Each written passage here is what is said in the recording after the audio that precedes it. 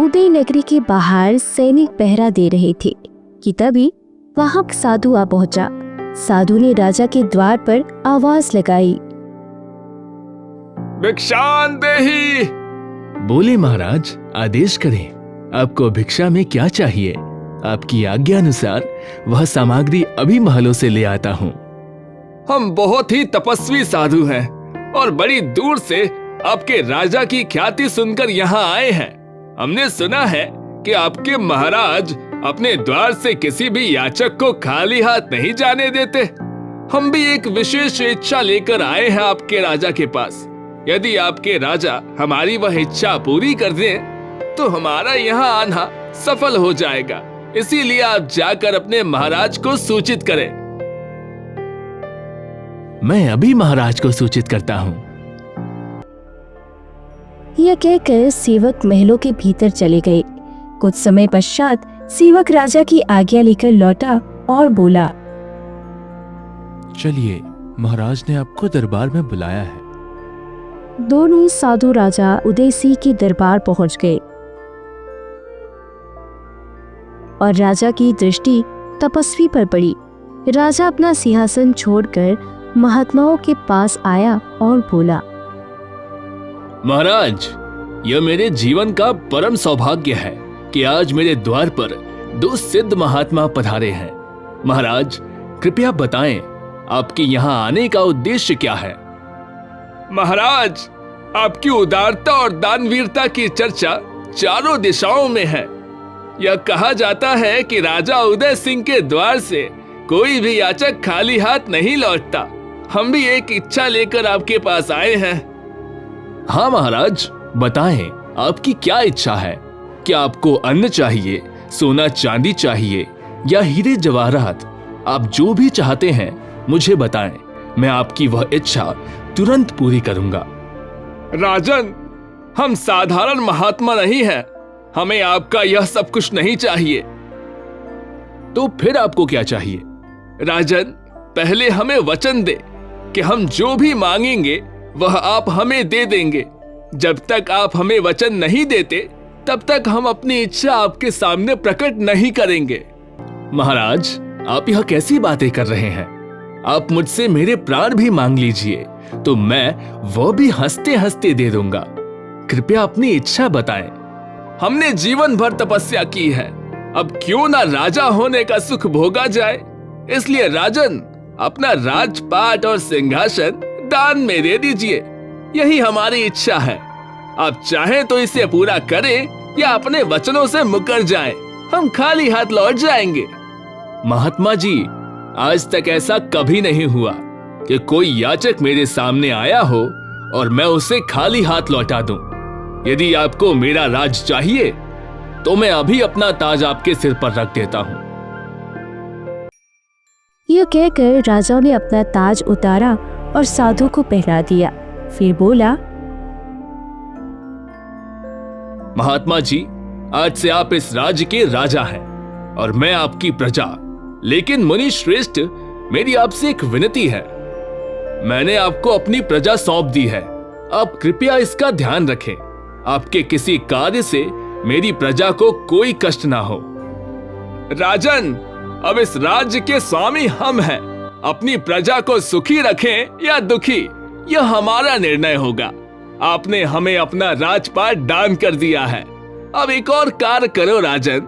हम नहीं चाहते कि आप हमारे राज्य में रहें और हमारे राज्य संचालन में कोई बाधा उत्पन्न करे। हमें किसी भी प्रकार का हस्तक्षेप स्वीकार नहीं। इसलिए राजन, हम आपको आदेश देते हैं कि कल सुबह सूरज उगने से पहले ही आप हमारे राज्य की सीमा को छोड़कर कहीं और चले जाएं, क्योंकि एक राज्य में दो राजा नहीं रह सकते। अगर आप यहाँ रहेंगे तो प्रजा आपको ही राजा मानेगी और हमें वह सम्मान नहीं मिलेगा जो राजा को मिलना चाहिए। राजन, सूरज उगने से पहले आपको यह राज्य छोड़ना पड़ेगा। महाराज, मेरे छोटे छोटे बच्चे हैं, मैं उन्हें लेकर कहां जाऊं? कृपा करें, मुझ पर इतना बड़ा अन्याय ना करें। मैं वचन देता हूं कि मैं आपके किसी काम में हस्तक्षेप नहीं करूंगा। राजन, हमने जो कह दिया है वह अटल है। या तो आप यह राज्य छोड़ दें या हम यहाँ से चले जाते हैं, लेकिन ध्यान रहे यदि हम खाली हाथ लौट गए तो आपका वचन टूट जाएगा। अब आप निर्णय ले कि वचनों का पालन करेंगे या राजा बनकर यहीं रहेंगे। महाराज, मैंने निर्णय कर लिया है। मैंने तय किया है कि मैं अपने वचनों का पालन करूंगा। आज रात ही मैं अपनी रानी रत्नावती और बच्चों को लेकर इस उदय नगरी से दूर चला जाऊंगा। राजन, तुमने अपने सभी राजपाट का दान कर दिया है। अब महल की सारी वस्तुओं पर हमारा अधिकार है। इसलिए जब तुम महलों से प्रस्थान करो तो यह ध्यान रहे कि तुम्हारे शरीर पर केवल तन ढकने वाले वस्त्र हो। यदि तुमने राज्य की कोई भी वस्तु साथ ले जाने की चेष्टा की तो वह चोरी मानी जाएगी। महाराज, आप चिंता ना करें। जैसा आप कह रहे हैं वैसा ही होगा। अब मुझे जाने की अनुमति दीजिए। जाओ राजन, तुम्हें अनुमति है। राजा उदय सिंह साधु से अनुमति लेकर उन्हें अपना राजपाट सौंपकर खाली हाथ अपने महल की ओर चल दिया। कुछ समय बाद राजा अपने महल पहुंचे तो उनकी प्राण प्रिय रानी रत्नावती ने जैसे ही उन्हें आते हुए देखा तो उनके पास आई और पूछने लगी, महाराज, क्या बात है? आप इतनी जल्दी दरबार से कैसे लौट आई और आपके सिर का ताज कहाँ गया? महाराज, आप चुप क्यों हैं? आपके चेहरे पर इतनी उदासी क्यों है? कुछ तो बोलिए, मेरा हृदय बैठा जा रहा है। महारानी, आज कुछ ऐसा हुआ कि साधु ने हमें भिखारी बना दिया। कैसे? ऐसा क्या हुआ? राजा उदय सिंह ने सारा घटनाक्रम रानी को सुनाया। महारानी, वह साधु अब इस नगरी का राजा है। उसने आदेश दिया है कि हमें आज ही यह नगरी खाली करनी होगी। अब आप ही बताएं, मैं क्या करूं? महाराज, आप वही करें जो आप हमेशा से करते आए हैं। आपके दरबार से कोई याचक कभी खाली हाथ नहीं गया।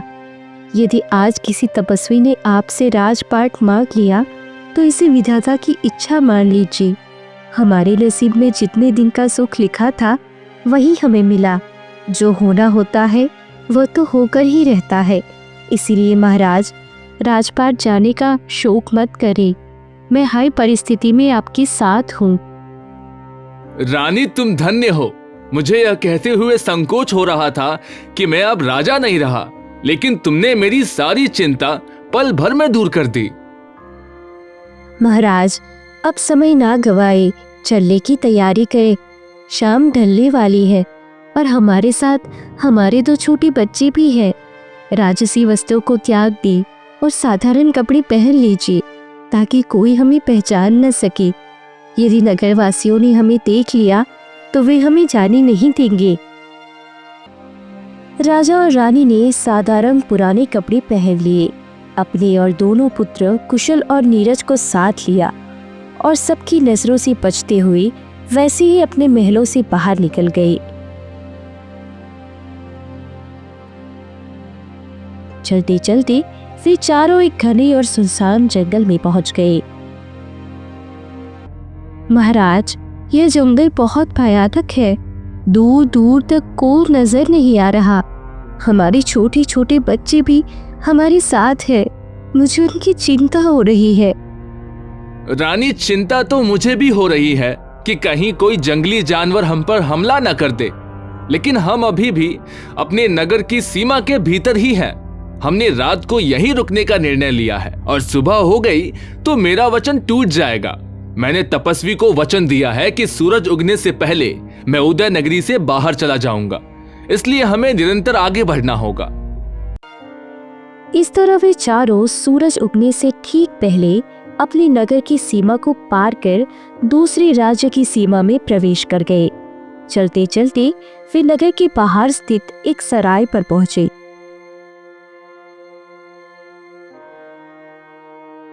मैया, हम विपत्ति में हैं।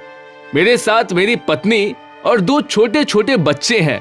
यदि आपकी अनुमति हो तो हम कुछ समय आपकी सराय में ठहरना चाहते हैं। मुसाफिर, यह सराय है, कोई यतीम खाना नहीं जहाँ कोई भी ऐसे ही आ जाए। यदि तुम्हें यहाँ रुकना है तो तुम्हें पैसे देने होंगे। यदि तुम्हारे पास पैसे नहीं है तो कहीं और ठिकाना ढूंढो। मैया, मेरे पास इस समय पैसे नहीं है, लेकिन हम चारों आपके यहाँ काम करने के लिए तैयार हैं। हमें अपनी सराय में नौकरी पर रख लीजिए। जो भी काम होगा हम उसे कर देंगे। इसके बदले में आप हमें केवल 2 समय का भोजन और रहने का ठिकाना दे दीजिए। राजा उदय सिंह की बातों को सुनकर भटियारी ने मन ही मन विचार किया। अरे वाह, यह तो बड़ा अच्छा प्रस्ताव है। मेरे लिए लाभकारी रहेगा कि मुझे बिना खर्च के 4 नौकर मिल रहे हैं। सुनो मुसाफिर, मुझे तुम्हारा प्रस्ताव मंजूर है, लेकिन मेरी कुछ शर्तें हैं। पहली शर्त कि मैं तुम्हें जो भी काम दूंगी उसे तुम्हें करना होगा, चाहे वह कोई भी हो। मेरी दूसरी शर्त कि अगर तुम चारों में से कोई बीमार पड़ जाता है या किसी कारणवश मेरा दिया हुआ काम पूरा नहीं कर पाता है तो उस दिन मैं उसे भोजन नहीं दूंगी। मैया, हमें आपकी यह शर्त भी मंजूर है। मुसाफिर, तुम्हारा काम यह होगा कि तुम प्रतिदिन सुबह होते ही जंगल में जाओगे और वहां से 4 गट्ठर सूखी लकड़ियां काटकर मेरी सराय में लाओगे। फिर उसने रानी से कहा, तुम्हारा काम यह होगा कि इस सराय में जो भी मुसाफिर आएंगे उनके लिए भोजन बनाना होगा, और इन बच्चों का काम यह होगा कि मुसाफिरों के छूटे बर्तन धोए और इस सराय की सफाई करे। यदि तुम लोग ये सब काम कर सकते हो तो तुम जब तक चाहो तब तक इस सराय में रह सकते हो। मैया, हमें आपकी सभी शर्तें स्वीकार हैं। इस प्रकार चारों भटियारी के यहाँ काम करते हुए अपने दिन गुजारने लगे। एक दिन राजा उदय सिंह जंगल में लकड़ियाँ काटने गए थे। उसी दौरान भटियारी की सराय पर एक सौदागर आया। उसे देखकर भटियारी इसके पास पहुंची और कहा, हुजूर, आज तो बड़े दिनों बाद आपके दर्शन हुए हैं। तुम्हें क्या बताऊं, हमारा काम ही ऐसा है, कभी इस शहर तो कभी उस शहर। छोड़ो यह सब, मुझे बहुत भूख लगी है। जल्दी से खाना लगवा दो, मुझे आज अपने जहाज के साथ दूसरे देश जाना है। जो चाहे आदेश करे, मैं अपनी नौकरानी को कह दूंगी कि आपके लिए वही भोजन बनाए।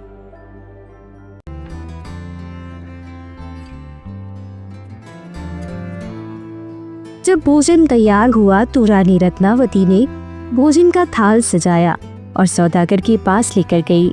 जैसे ही सौदागर ने रानी रत्नावती को देखा, वह मंत्रमुग्ध हो गया। रत्नावती भोजन का थाल सौदागर के सामने रखकर अंदर चली गई। सौदागर ने भटियारी से कहा, यह कौन है इतनी अद्भुत सुंदरता, मैंने पहले कभी नहीं देखी। हुजूर, यह मेरी दासी है दासी। अगर आप इसे पाना चाहते हैं तो आपको कीमत चुकानी पड़ेगी। तुम जितनी भी कीमत मांगोगी मैं देने को तैयार हूँ, बस इसे किसी भी तरह मेरा बना दो। ठीक है, मुझे 1 लाख स्वर्ण मुद्राएं दे दीजिए। आप जहाज पर जाइए, मैं इसे भोजन लेकर आपके पास भेज दूंगी। जैसे ही यह जहाज पर पहुंचे, आप जहाज को रवाना कर दीजिए। सौदागर ने भटियारी की शर्त मान ली और जहाज पर चला गया। भटियारी रानी रत्नावती के पास गई और कहा, रत्नावती, जल्दी से कुछ लोगों के लिए भोजन तैयार करो, तुम्हें इसे जहाज पर लेकर जाना है। मैया, मैं कैसे जा सकती हूँ? मुझे तो दरिया का रास्ता भी नहीं मालूम। जब से यहाँ आई हूँ मैंने सराय से बाहर कदम भी नहीं रखा। तुम्हें इसकी चिंता करने की जरूरत नहीं है, तुम्हारे साथ मैं चलूंगी। जल्दी से भोजन तैयार करो और मेरे साथ चलने की तैयारी करो। रानी ने भोजन पकाया, उसे बड़े बर्तन में रखा और भटियारी के साथ चल दी। भटियारी रानी रत्नावती को जहाज के पास ले गई और कहा, रत्नावती, मेरे जोड़ों में दर्द है, मैं जहाज की सीढ़ियां नहीं चढ़ सकती। तुम यह भोजन लेकर जहाज पर जाओ और सौदागर से पैसे लेकर आओ।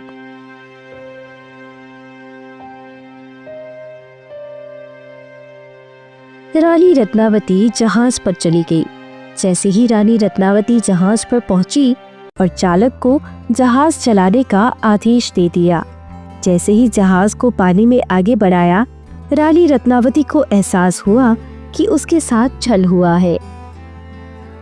भैया, कृपा करके जहाज रोक दीजिए, आप मुझे कहाँ ले जा रहे हैं? सुंदरी, हमने तुम्हें भटियार से 1,00,000 स्वर्ण मुद्राओं के बदले खरीदा है। अब तुम हमारी रानी बनोगी और हमारे साथ रहोगी। हे विधाता, आपने मुझे किस मुसीबत में डाल दिया? सौदागर, यदि तुमने मुझे बिना मेरी मर्जी के छुआ तो तुम उसी क्षण जलकर भस्म हो जाओगे। ठीक है सुंदरी, मैं तुम्हें हाथ नहीं लगाऊंगा, लेकिन मेरी एक शर्त है। मैं 12 साल तक तुम्हें बिल्कुल नहीं छूऊंगा और तुम्हें अपनी बहन के रूप में मान दूंगा। लेकिन 12 साल पूरे होने के बाद जब 13वां साल शुरू होगा, तब तुम मेरी पत्नी बनोगी। ठीक है, मुझे तुम्हारी शर्त मंजूर है। आज से तुम मेरे धर्म के भाई और मैं तुम्हारी बहन। सौदागर ने रानी के लिए जहाज पर एक अलग कमरा तैयार करवाया और आदेश दिया कि कोई भी उस कौवे के पास नहीं जाएगा। दूसरी ओर भटियारी सराय में लौट आई। कुशल और नीरज अपनी माँ की बारे में पूछने लगे। उन्होंने कहा, काकी, हमारी माँ कहाँ है? आप उन्हें अपने साथ ले गई थी, लेकिन अब तक वापस क्यों नहीं आए? मुझे नहीं पता तुम्हारी माँ कहाँ गई। अगर ज्यादा सवाल किए तो बहुत मारूंगी। काकी, आप झूठ बोल रही हैं। हमारी माँ आपके साथ गई थी। अच्छा, मैं झूठ बोल रही हूँ। रुको, तुम्हें मैं अभी सबक सिखाती हूँ। यह कहकर उसने कुशल और नीरज को खूब मारा और उन्हें सराय से बाहर निकाल दिया। रोते बिलखते दोनों बच्चे जंगल की ओर भागे, जहाँ राजा उदयसिंह लकड़ियाँ काट रहे थे। बच्चों को इस हालत में देखकर राजा तुरंत बच्चों के पास आई और पूछा, बच्चों, तुम यहाँ क्यों आए हो? क्या हुआ? पिताजी, काकी हमारी माँ को अपने साथ ले गई थी। अब वह तो लौट आई, लेकिन माँ अब तक वापस नहीं आई। जब हमने उनसे पूछा तो उन्होंने हमें बहुत मारा और सराय से बाहर निकाल दिया। पिताजी, हमें माँ के पास ले चलिए, हमें उनकी बहुत याद आ रही है। चुप हो जाओ मेरे बच्चों, तुम्हारी माँ यहीं कहीं आसपास होगी। चलो हम उन्हें ढूंढने निकलते हैं। राजा उदयसिंह भटियारी की सराय की ओर बढ़े। जब राजा उदयसिंह सराय पर पहुंचे और भटियारी से रानी रत्नावती के बारे में पूछा तो भटियारी ने कठोरता से कहा, मुझे क्या पता तेरी पत्नी कहाँ गई? क्या मैं तेरी औरत की रखवाली के लिए बैठी हूँ? पिताजी, यह औरत झूठ बोल रही है। यह हमारी माँ को जबरदस्ती कहीं ले गई थी। हमारी माँ जाना नहीं चाहती थी, लेकिन इसने उसे मजबूर किया। तब से माँ वापस नहीं आई है। हम पहले ही विपत्ति में हैं। कृपा करके सच में बता दो कि मेरी पत्नी कहाँ है। हमें और मत तड़पाओ। लगता है तुम ऐसे नहीं मानोगे। राजा के सिपाहियों को बुलाना पड़ेगा। जब तुम्हें डंडे पड़ेंगे ना, तभी अकल आएगी। एक तो मैंने तुम्हें आश्रय दिया और तुम उल्टा मुझ पर ही आरोप लगा रहे हो। अब यहाँ से चले जाओ। मेरी सराय में तुम्हारे जैसे लोगों के लिए कोई जगह नहीं है। अगर दोबारा दिखाई दिए तो चोरी का इल्जाम लगाकर तुम्हें जेल भिजवा दूंगी। राजा उदयसिंह ने दुखी होकर अपने बच्चों से कहा, पुत्रों, यह स्त्री दुष्ट है, हमें कुछ नहीं बताएगी। अब हमें खुद ही तुम्हारी माँ को ढूंढना होगा। ये कहते हुए राजा उदयसिंह ने अपने दोनों पुत्रों के साथ सराय से आगे बढ़ गए।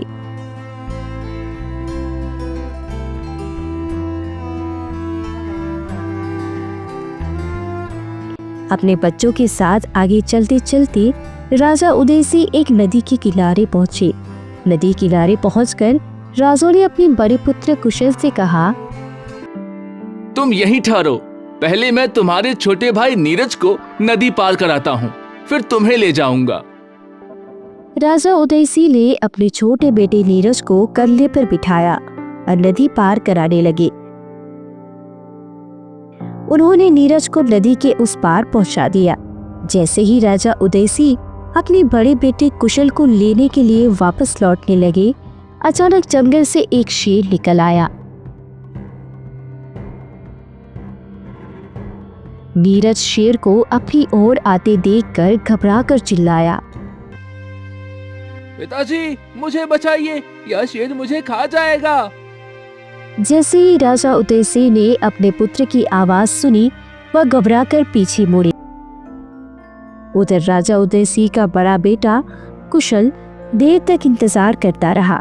जब उसके पिता नहीं लौटे तो थककर वह नदी के किनारे रेत पर सो गया।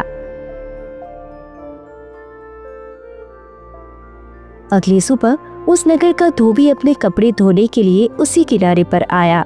जैसे ही उसने कुशल को सोते हुए देखा, वो उसके पास गया और उसी जगह कर पूछा, बेटा तुम कौन हो और यहाँ नदी किनारे क्या कर रहे हो? बाबा मैं तो एक राजकुमार हूँ, लेकिन अब मैं अनाथ हूँ।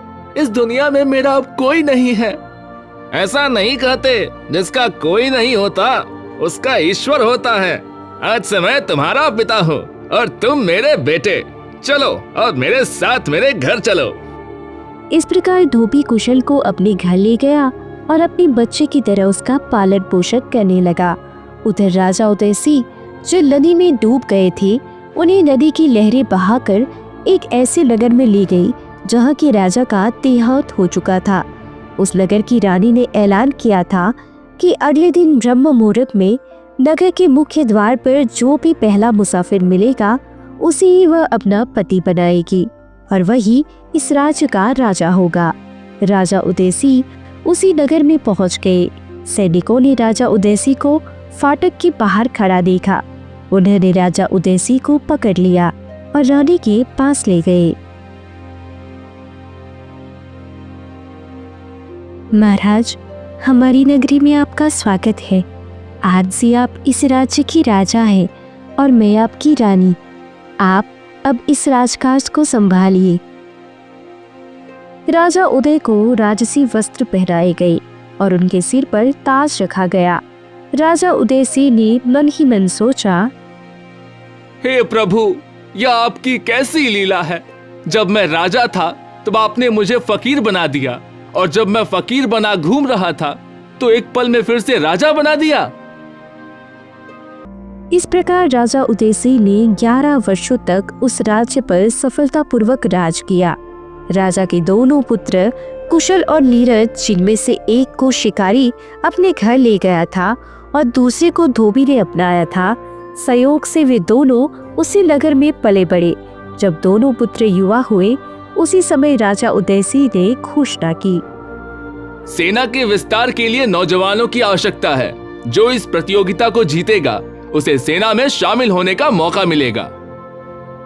यह खबर जब कुशल और नीरज के कानों तक पहुंची तो उन्होंने अपने पालक माता पिता से अनुमति लेकर प्रतियोगिता में भाग लिया।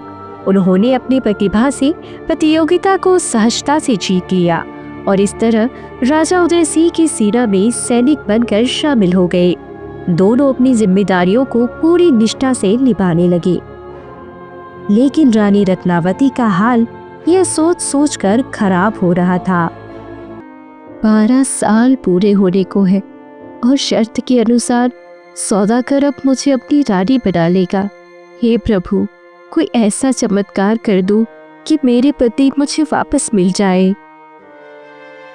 वही सौदागर सामान से भरा जहाज लेकर उसी नगर के किनारे पर पहुंचा जहां राजा उदय सिंह का शासन था।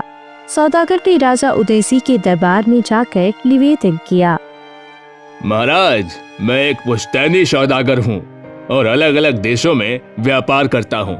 इस समय मेरा जहाज आपके नगर के किनारे खड़ा है।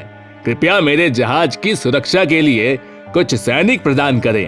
आपकी कृपा से मैं निश्चिंत होकर व्यापार कर सकूं। आपका हमारे नगर में स्वागत है। आप निश्चिंत रहें। आपके जहाज की सुरक्षा का जिम्मा हमारा है। जब तक आप इस नगर में व्यापार करें, आपका कोई भी सामान चोरी नहीं होगा। राजा ने तुरंत अपने मंत्री को बुलाकर कहा, हमारे नगर के किनारे खड़े सौदागर के जहाज की सुरक्षा के लिए हमारी सेना के योग्य सैनिकों को नियुक्त करें। मंत्री ने राजा के आदेश का पालन किया और कुशल और नीरज से कहा, सुनो जवानों, आज रात तुम्हें सौदागर के जहाज की रखवाली करनी है। ध्यान रहे, जहाज से कोई भी सामान चोरी नहीं होना चाहिए। मंत्री जी, आप निश्चिंत रहें, चोरी तो दूर, हमारे रहते उस जहाज पर कोई परिंदा भी पर नहीं मार सकता। यह सुनकर दोनों नौजवानों ने अपने अस्त्र शस्त्र संभाले और जहाज की रखवाली के लिए निकल पड़े।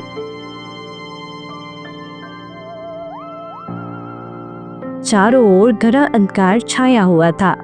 उधर रानी रत्नावती जहाज के कमरे में बंद अपने बिस्तर पर लेटी हुई ईश्वर से प्रार्थना कर रही थी। वह मन ही मन कह रही थी, हे प्रभु, 12 वर्षों तक मैंने किसी तरह अपनी इज्जत बचाए रखी, लेकिन आज 3 दिन बाद ये सौदागर मुझे अपनी रानी बना लेगा। कृपा कर कोई ऐसा चमत्कार कीजिए कि मेरे पति मुझे वापस मिल जाए। अगर मेरे पति मुझे वापस नहीं मिले तो मैं अपने प्राण त्याग दूंगी, लेकिन इस सौदागर से कभी नहीं शादी करूंगी।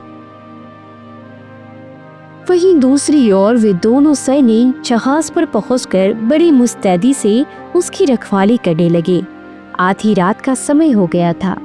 पहला सैनिक दूसरे सैनिक से बोला, भाई, रात बहुत लंबी हो रही है और जैसे जैसे रात बीत रही है वैसे वैसे आलस बढ़ता जा रहा है। कोई ऐसी बात करो, कोई ऐसी कहानी सुनाओ जिससे यह रात कट जाए।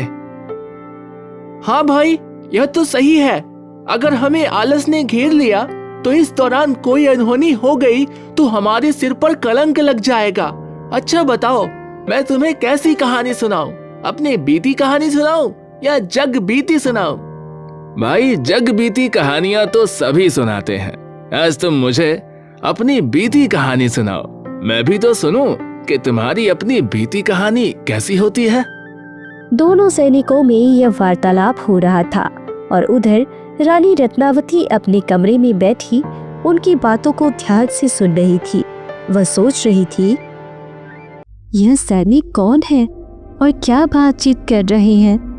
कहीं ऐसा तो नहीं कि यह जहाज से कुछ चोरी करने की योजना बना रहे हैं? रानी इनकी बातों को सुनने लगी। सुनो भाई, अब मैं तुम्हें अपनी बीती कहानी सुनाता हूँ। मित्र, यहाँ से कई मील दूर एक उदय नगरी है। उस पर महाराज उदय सिंह का शासन था। उनकी एक रानी थी जिसमें सभी महारानी रत्नावती के नाम से जानते थे। ऐसे ही कुशल अपनी पूरी कहानी सुनाता है। वह लड़का बड़ा हुआ तो उसने एक राजा की सेना में भर्ती होकर सैनिक बनकर अपना जीवन शुरू किया। आज जो सैनिक तुम्हारे सामने खड़ा होकर इस जहाज की रखवाली कर रहा है मित्र, यही मेरी अपनी बीती कहानी है। जैसे ही नीरज दूसरे सैनिक के मुख से यह बातें सुनता है तो वह तुरंत पहचान जाता है कि यह सैनिक के बीच में जो नौजवान खड़ा है वह कोई और नहीं बल्कि उसका अपना बड़ा भाई कुशल है। उधर जहाज के कमरे में बैठी रानी रत्नावती भी सैनिक की बातें सुनती है। वह तुरंत पहचान जाती है कि यह तो उनका बड़ा बेटा कुशल ही है। और तभी पहला सैनिक कहता है, भाई, तुम्हारी कहानी सुनकर मुझे भी अपनी कहानी याद आ गई। मैं भी तुम्हें अपनी बीती कहानी सुनाना चाहता हूँ। मेरी कहानी भी वैसी ही है जैसी कहानी तुम्हारी है। तुम्हारी कहानी में एक धोबी उस बच्चे को अपने घर ले जाता है, लेकिन मेरी कहानी में एक शिकारी है। क्या मतलब? तुम कहना क्या चाहते हो? इसका मतलब तुम मेरे बिछड़े हुए भाई नीरज हो? भाई, मेरी पूरी कहानी सुन लो, तब तुम्हें सब बातें समझ आ जाएंगी। जब राजा उदय सिंह अपने बड़े बेटे को नदी किनारे छोड़कर छोटे बेटे को नदी पार करवाते हैं तो वे उसे दूसरे किनारे पर पहुंचा देते हैं। लेकिन जैसे ही वे बड़े बेटे को लेने वापस जाते हैं, जंगल से एक शेर निकलकर छोटे बेटे के पास पहुंच जाता है। शेर को देखकर छोटा बेटा भयभीत हो जाता है और अपने पिता को पुकारने लगता है। जैसे ही राजा उदय सिंह पीछे मुड़कर देखते हैं, उनका संतुलन बिगड़ जाता है और वे जलधारा में बहने लगते हैं। उधर वह नरभक्षी शेर छोटे बेटे को अपने जबड़े में दबाकर जंगल में ले जाता है। जंगल में एक शिकारी की नजर उस शेर पर पड़ती है। शिकारी उस शेर पर तीर चलाकर बच्चे को छुड़ाता है और उसे अपने घर ले जाकर अपनी संतान की तरह पालता है। जब वह बच्चा बड़ा होता है तो तुम्हारी तरह ही राजा की सेना में भर्ती होता है, और आज जो सैनिक तुम्हारे सामने खड़ा है वह और कोई नहीं बल्कि वही बच्चा जिसे शेर उठा ले गया था। इसका मतलब तुम मेरे बिछड़े हुए भाई नीरज हो? हाँ भैया, मैं ही वह अभागा हूँ जिसे नियति ने तुमसे और हमारे माता पिता से जुदा कर दिया था। उधर जहाज के कमरे में बैठी रानी रत्नावती यह सब सुन रही थी। जब उन्होंने यह सुना तो तुरंत समझ गई कि सैनिकों के भेष में जो नौजवान खड़े हैं वो और कोई नहीं बल्कि उनके बेटे कुशल और नीरज है। हे प्रभु, आपका बहुत बहुत धन्यवाद। आपने मेरे पिछड़े हुए बच्चों के दर्शन करा दिए। यदि मैं इस समय अपने बच्चों के पास चली गई और किसी तरह यह बात सौदागर को पता चल गई तो वह मेरे बच्चों को नुकसान पहुंचा देगा। वह मुझे कहीं और लेकर जाकर बंद कर देगा। नहीं, मुझे धैर्य से काम लेना होगा, तभी मैं इस दुष्ट को उसके किए की सजा दिला सकती हूँ। उस रात दोनों सैनिक जहाज की रक्षा करते रहे और जैसे ही सवेरा हुआ वे अपनी छावनी की ओर लौट गए। उनके जाने के बाद रानी रत्नावती अपने कमरे से बाहर आई और जहाज पर लदी कीमती सामान को नदी में फेंकने लगी। जब उन्होंने सारा सामान नदी में गिरा दिया तो वह सौदागर के कमरे में गई और बोली, आप यहाँ चैन की नींद सो रहे हैं, लेकिन वो सैनिक हमारे जहाज का सारा कीमती सामान लेकर फरार हो गए हैं। यह कैसे हो सकता है? भैया, हो नहीं सकता बल्कि हो चुका है। मैंने अपनी आंखों से देखा है कि वे सैनिक तुम्हारे कीमती सामान को लेकर जा चुके हैं। यदि ऐसा है तो तुम यहीं रुको, मैं अभी राजा के पास जाकर इस घटना की शिकायत करता हूँ। यह कहकर सौदागर राजा उदय सिंह के दरबार की ओर चल पड़ा। वहां पहुंचकर वह राजा उदय सिंह के सामने अपनी व्यथा प्रकट करते हुए बोला, महाराज, मैं तो लुट गया, बर्बाद हो गया। जिन सैनिकों को आपने मेरे जहाज की रक्षा के लिए भेजा था वही मेरे सामान को लूट कर चले गए। कृपया मेरा न्याय कीजिए। यदि मुझे मेरा सामान नहीं मिला तो मैं यहीं आपके सामने अपने प्राणों की आहुति दे दूंगा। सौदागर, यह कैसे संभव है? हमारे सैनिक कभी ऐसा काम नहीं कर सकते।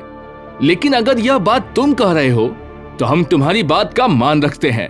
क्या तुम्हारे पास कोई सबूत या गवाह है जो इस बात की पुष्टि कर सके कि चोरी हुई है और चोर हमारे सैनिक हैं? हाँ महाराज, मेरी पत्नी इस बात की गवाह है। उसने अपनी आंखों से सैनिकों को सामान ले जाते हुए देखा। यदि ऐसा हुआ है तो तुम अपनी पत्नी को बुला लाओ। हम अपने सैनिकों को बुलाते हैं, अभी सच्चाई का फैसला हो जाएगा। मंत्री जी, उन दोनों सैनिकों को बंदी बनाकर दरबार में लाओ जो रात में सौदागर के जहाज की रखवाली कर रहे थे। राजा के आदेश पर सौदागर अपनी पत्नी यानी रानी रत्नावती को दरबार में लाता है। मंत्री तुरंत राजा के आदेश का पालन करता है और दोनों सैनिकों को बंधक बनाकर दरबार में ले आता है। रानी ने अपना सिर ढका हुआ था। जब दोनों पक्ष आमने सामने आ जाते हैं, सौदागर, अपनी पत्नी से पूछो, क्या इन सैनिकों ने तुम्हारे जहाज की चोरी की थी? क्या यह वही सैनिक है जिन्हें तुमने सामान ले जाते हुए देखा था? रानी रत्नावती स्वीकृति पे अपनी गर्दन हिलाती है। स्त्री, केवल गर्दन हिलाने से काम नहीं चलेगा। तुमने जो कुछ देखा है उसे साफ और स्पष्ट शब्दों में हमें बताओ।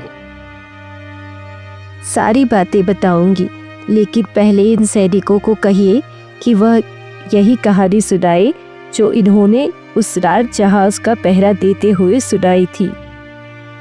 सौदागर, कहीं आपकी पत्नी पागल तो नहीं है? हम यहाँ यह तय करने बैठे हैं कि आपके जहाज पर चोरी हुई है या नहीं हुई है, और यह कहानी सुनाने को कह रही है। यह क्या तरीका है? महाराज, सच्चाई तभी सामने आएगी जब वो कहानी सुनाएंगे। कृपया अपने सैनिकों को आदेश दे कि जो कहानी उन्होंने रात में सुनाई थी वही इस भरे दरबार में भी सुनाए। सैनिकों, तुमने उस रात कौन सी कहानी सुनाई थी? उसे दरबार में सुनाओ।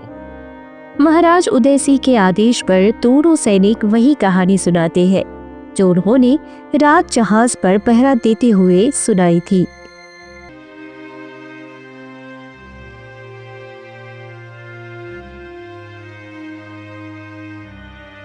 दोनों सैनिकों की कहानी सुनकर राजा उदय सिंह भावुक हो गए और बोले, सैनिकों, तुम्हारी कहानी में जिस पिता का जिक्र है वह पिता मैं ही हूँ।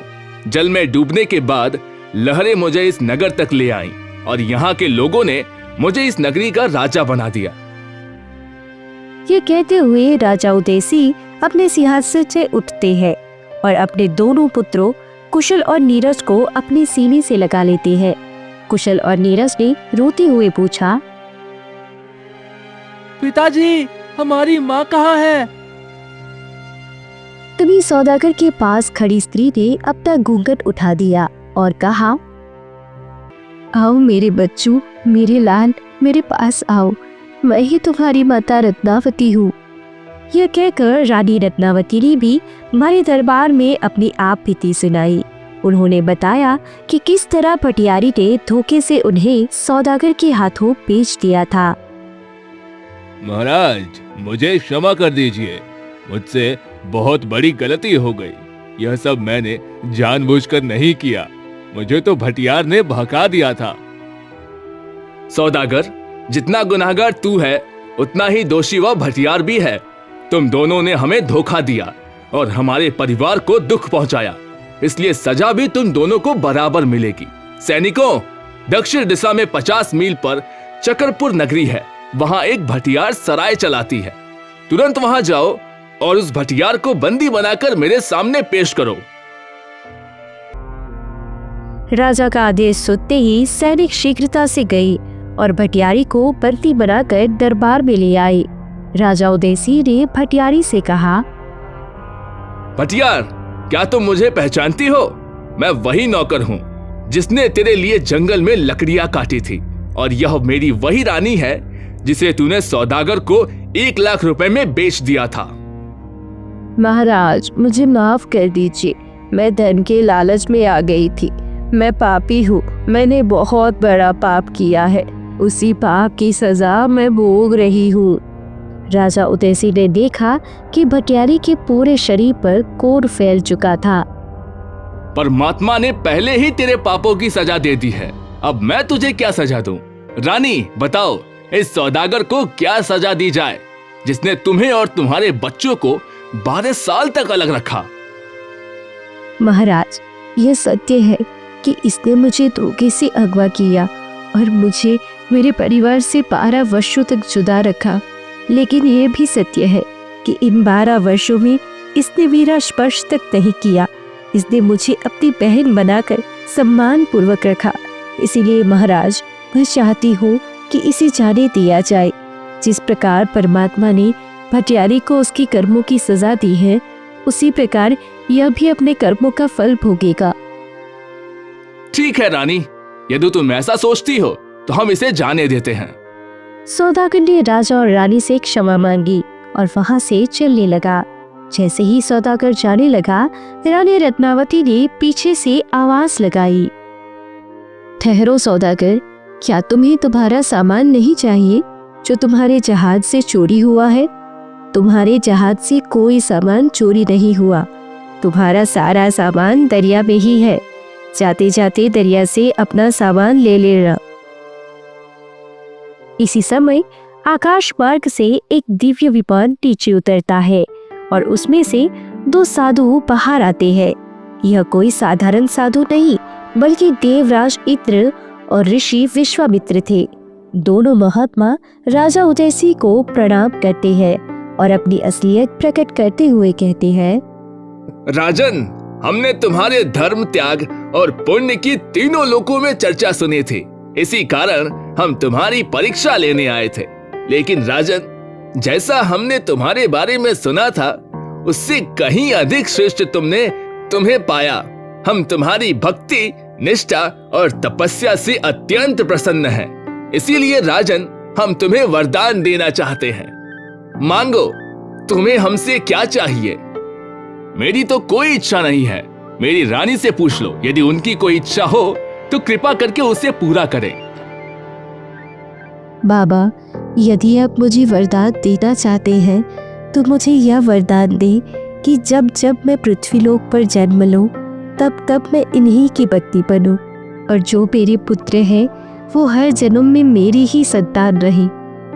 तथास्तु, ऐसा ही होगा राजन। जो राज्य हमने तुमसे दान में मांगा था वह राज्य भी अब हम तुम्हें वापस देते हैं। यह तुम्हारी ही है। यूं कहकर ऋषि विश्वामित्र और देवराज इंद्र अपने विमान में सवार होकर स्वर्ग लौट गए। देवताओं के जाने के बाद राजा उदयसिंह ने एक राज्य अपने छोटे पुत्र नीरज को सौंप दिया और दूसरे राज्य का राजा अपने बड़े पुत्र कुशन को बना दिया।